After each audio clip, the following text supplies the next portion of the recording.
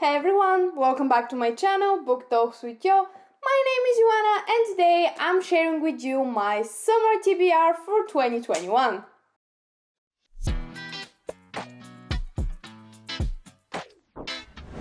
So, monthly TBRs didn't work for me last time I checked, so I decided to give the so-called seasonal TBRs a try and see whether that works better for me.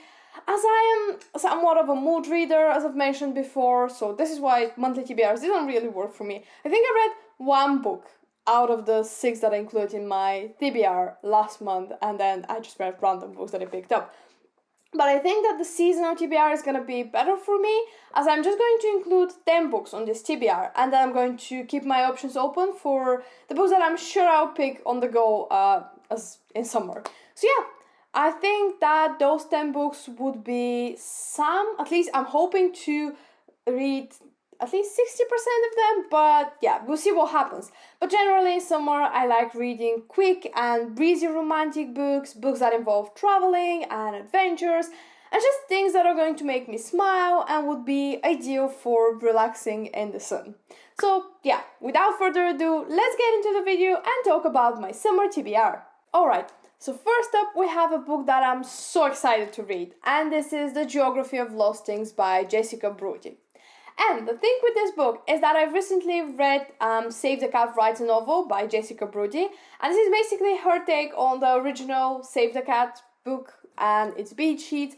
And an interesting thing about this book, apart from I loved it actually, and I will be using the tips and techniques that she explores in this book, but the thing that I loved is that she's talking about the beat sheets, those famous Save the Cat beat sheets that you can use to plot out your novel. And she's giving example with this book, with her book, with The Geography of Lostings, and she gives us the beat sheet she used at the beginning, she created before starting to write the story, and then the one that actually ended up turning into her novel. She was changing a lot of things. It's a completely different thing. Like the first initial beat sheet is a completely different thing from the one that she actually ended up creating into a novel. But yeah, from what I've read in these beat sheets, I'm really excited to read the actual book. So yeah, I think that basically what we have this girl Ali whose father passes away and he leaves behind his most loved possession, which is his car. And I think this is some old, very very old classic collector's car or something. It doesn't know very good with cars, so this is all I gathered from the synopsis. And Ali is facing some serious money problems, and in order to save her childhood house, I think, she needs to find money ASAP. And she decides to sell this car, and she actually finds a buyer. But the thing is that she has to drive the car all the way up the Pacific coast and just give it to the buyer. And I think the other thing is that the car turns out to be a shift stick, and she doesn't know how to drive this. So she ends up asking her ex-boyfriend, Nico, for help, and they both embark on this journey, and there are some unexpected things that happen, and they discover more about why they broke up and about themselves. And yeah, I was just hooked right from the beginning, because I love road trip books, I love rom-coms, and it sounds like a rom-com, although it sounds like it's gonna be a little dramatic at moments as well. But yeah, I feel like this is going to be a good read.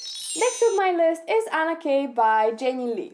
And I mentioned that I want to read this book, but I know that it's loosely inspired by Anna Karenina, which is a book that I mentioned in my Classics I Want to Read books video that I want to read. I still haven't, because this book is very intimidating, but I will one day. And my initial idea was to read the classic first and then read Anna K, but I think I'm gonna change this because I'm really curious about Anna K, and I've heard mixed reviews, but most of them are positive, so I'm excited to explore it, and I feel like I won't be able to read the original classic this summer, so I better go with Anna K first. And I think, as I said, it's loosely inspired by the classics Anna Karenina, but we have 17-year-old Anna who lives in Manhattan, and she's at the top of the Greenwich Society, but her life turns into a different direction when she falls for the wrong guy. And this wrong guy is this infamous playboy who, although also happens to maybe be falling for her. And I see where the connection is with the original one, because although I haven't read it, I know what the story is about. So I'm interested to see how this works, and I've heard that there is a lot of drama, a lot of glamour, a lot of funny situations, a lot of good banter, so I think it would be a good quick summer read. Next on my list is Wanderlost by Jen Malone. And in this book, I've mentioned it in a few other videos that I've included into a few other TBRs, but I still haven't read it, so I think that this summer would finally be the time. And we have Aubrey, who embarks on this trip across Europe, which wasn't her initial plan, but her sister, I think it's Elizabeth, her sister kind of persuades her to take her summer job, which is to lead a group of senior citizens on a bus trip across Europe. So Elizabeth convinces Aubrey to go on this trip instead of her and just experience something new. Because I think Aubrey is a person who is not fond of experimenting. She prefers a quiet summer. But yeah, her sister persuades her. She goes on this trip, but things get wrong right from the start. Because I'm not sure what happens, but she finds herself without her phone, without the binder with the files that her sister prepared for her. I think the bus is broken, and then there is also the company owner's son, Sam. And she is starting to fall for him, but she shouldn't, because she is pretending to be her sister, Elizabeth. So yeah, it sounds like it's gonna be a lot of fun, cute, romantic situations, a lot of banter, a lot of good traveling, and as I said, I love a good romantic book that involves traveling, especially in summer, so I think that is the right time to read this book. My next pick is Amy and Roger's Epic Detour by Morgan Matson. And yes, this is another road trip involving romantic book, because I apparently have a theme for this summer for some reason. But the thing, now that I'm thinking about it, it's kind of slightly similar to the geography of Lostings, or at least certain elements from the synopsis of both books sound kind of similar to me. But I think that as long as I don't read them like one after the other back to back, it should be okay. It shouldn't be a problem. And in this book, we have Amy, not Ali, as in the geography of Lostings. We have Amy, whose mom moves across the country and asks her to drive their car from, I think it's California to Connecticut or something like this. She moves across the country and she wants her to drive the car up there. But the thing is that since her father's dead, Amy hasn't been behind the wheel. She has some fear, she doesn't want to get behind the wheel. So she needs to ask Roger, who is the son of an old family friend who happens to be very charming and cute. She has to ask him for help. And then they embark on this journey with the car, and they cross across mountains, across dingy motels and diners and Gracelands, whatever that is. So yeah, it sounds like an adventure. It sounds like another book that's about finding yourself along the way on a metaphorical and literal journey. So I'm here for it. Okay, another book that I want to read this summer is a book that I actually had on my March TBR, but obviously didn't end up reading. And this is The Unhoneymooners by Christina Lauren. And in this book, we have the very unlucky Olive, whose sister, Amy, I think, is getting married. And she goes to the wedding, and she knows that the best man of her sister's fiancé is her sworn enemy. Don't know why they're sworn enemies, but they're sworn enemies. His name is Ethan, and she hates his guts. And she is like, yeah, I'm just gonna put up with him for a day. That's okay. It's a wedding. I can do this. But everything changes when everyone at the wedding, except from Olive and Ethan, gets food poisoned by something they ate. I think it's seafood. And now Olive and Ethan have to go on this prepaid honeymoon to Hawaii thing, because, you know, it's a paid, it's free vacation. And they are both, although they're not psyched about the idea of being together, they are excited about the prospect of a free vacation. So they decide to go there, and their initial idea is to avoid each other at all costs there, because, you know, it would be possible. But Everything changes again when Olive meets her future boss, I think, in Hawaii, and she tells some lies that end up in her having to pretend that she and Ethan are the newlyweds. I'm not sure what happens there, but I'll find out when I read the book. So, yeah, I love the good fake dating trope, so I'm excited to see what fun and what fun situations they're going to get involved. And again, it involves traveling, it involves a vacation, so it's perfect for summer. Next on my list is Next Year in Havana by Chanel Clayton. And I think that this historical fiction switches between two perspectives. I'm almost sure it does. I think one is set in 1958 in Havana as we follow Eliza Perez. I think it's Eliza Perez, who is the daughter of a big sugar baron there, and she is part of high society, which more or less shelters her from the political unrest in the country at that time. But her life changes when she falls into an affair with a revolutionary, which changes her whole life and her whole perspective, and she is forced to flee the country at some point. And then we switch to another perspective, which is in 2017 in Miami, I think. I'm pretty sure it's somewhere in America. I think it's Miami.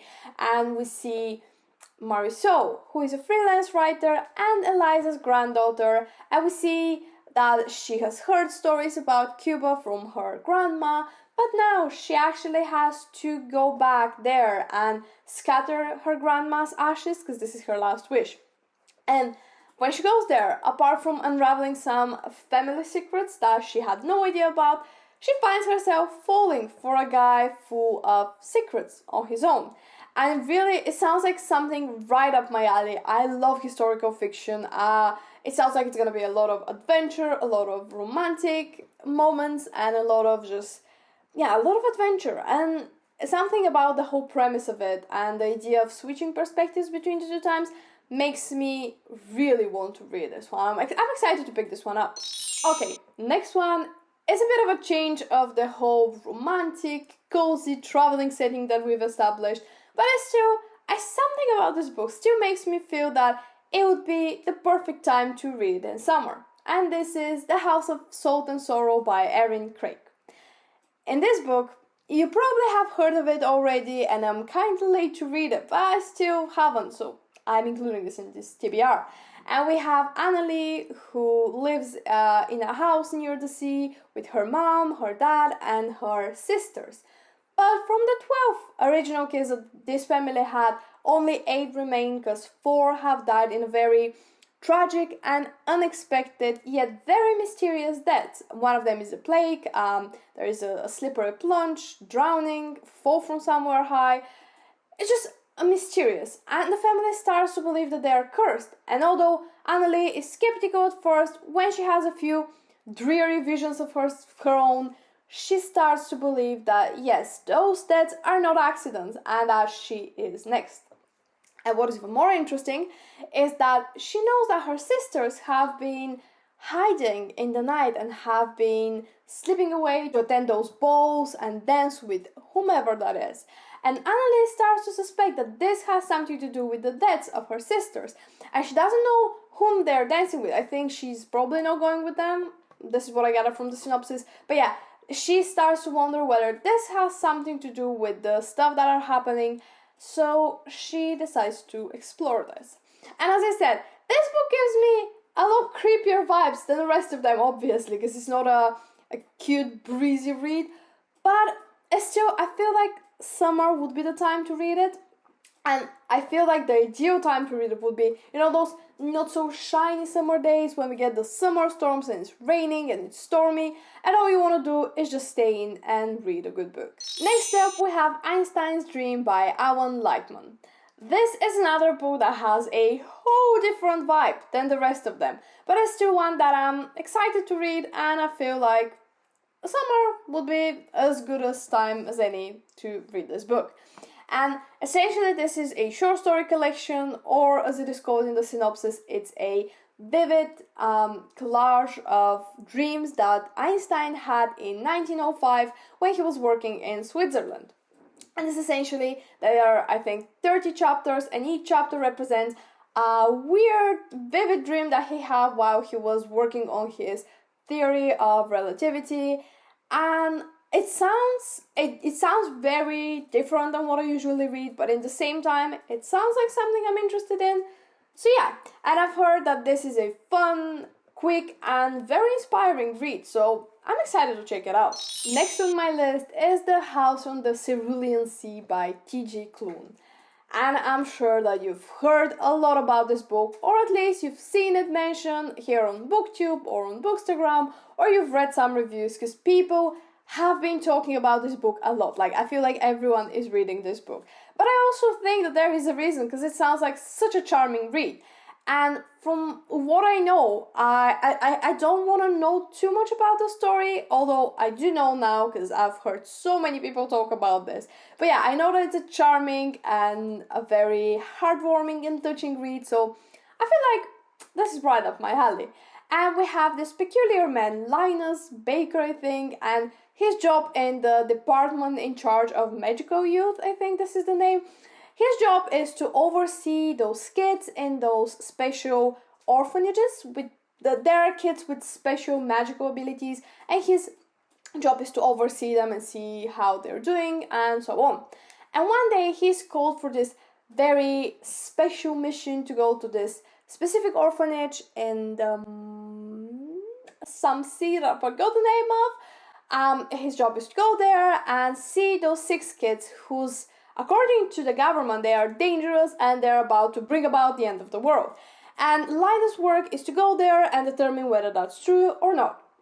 And when we go to this orphanage, we see their charming caretaker, Arthur, who is ready to do anything in his power to protect those kids and this orphanage.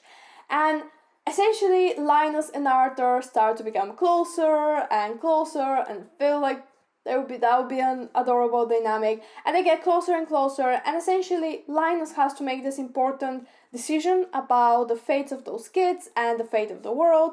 And as I said, I don't want to know anything more. I'm already sold out. Just again, get my money, give me this book, please. This sounds like the perfect read. It sounds like it's gonna make me cry a lot as well, but at the same time, it sounds like it's gonna make me smile, and it will be a lot of emotions. And last but not least on my list is The Giver of Stars by Giorgio Moyes. This book again has a different ring than the rest of them, but it's another historical fiction, so it has something to do with the previous book on my TBR. And this book is essentially based on the 1930s Kentucky program that was funded by Eleanor Roosevelt, and essentially in it, women were riding horses and mules laden with books, and the reason was to bring books and thus help enrich the lives and educate the people who lived in the Kentucky mountainside. And in this book, it's like a very vague knowledge that I have of this, but this is why I'm excited to explore more, read more, and learn more about this. And in this book, essentially, we follow 5 of these women who embark on this journey and they become traveling librarians. The main one we have is Alice, and she marries this American guy, I think it's Bennett, hoping she would escape her stifling life in England, but the quiet life in Kentucky proves not for her as well. So this is why she decides to become a traveling librarian, and there she meets Marjorie, Izzy, Sophia, and I am forgetting one name, but those 5 women, those 5 exceptional women, embark on this journey, both metaphorically and literally, and they become traveling librarians, and we follow them as they go. So that pretty much wraps up today's video. I really hope you enjoyed watching, and if you did, please don't forget to hit the subscribe button so you don't miss out on my new videos. Please let me know down in the comments if you've read any of those books that I mentioned and what were your thoughts on them. As well as that, please let me know what do you have on your summer TBR if you make one, or do you make monthly TBRs, and what books are you hoping to read in the summer months. Yeah, thank you again for watching, and I really hope to see you all next time. Until then, have a smiley week. Bye!